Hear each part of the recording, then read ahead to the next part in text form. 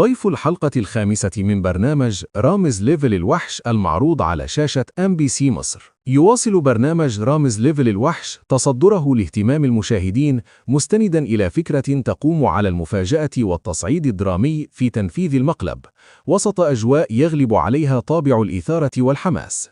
البرنامج المعروض عبر شاشة MBC مصر يحافظ على تقليده السنوي في استضافة نجوم الفن والرياضة مع جرعة أعلى من التحدي هذا الموسم.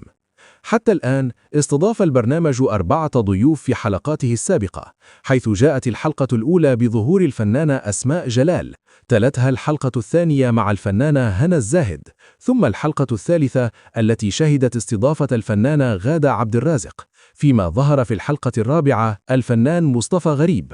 وقد تنوعت ردود الأفعال بين الصدمة والمفاجأة، مع عزز من تفاعل الجمهور مع الحلقات.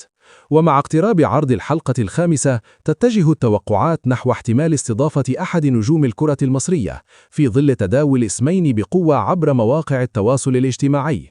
الأول هو إمام عاشور لاعب النادي الأهلي، والثاني هو أحمد سيد زيزو لاعب نادي الزمالك، ويعد ظهور أي منهما إضافة قوية للحلقة نظرا للجماهيرية الكبيرة التي يحظى بها كل منهما، فضلا عن طبيعة المنافسة الكروية التي قد تضفي طابعا خاصا على أجواء المقلب.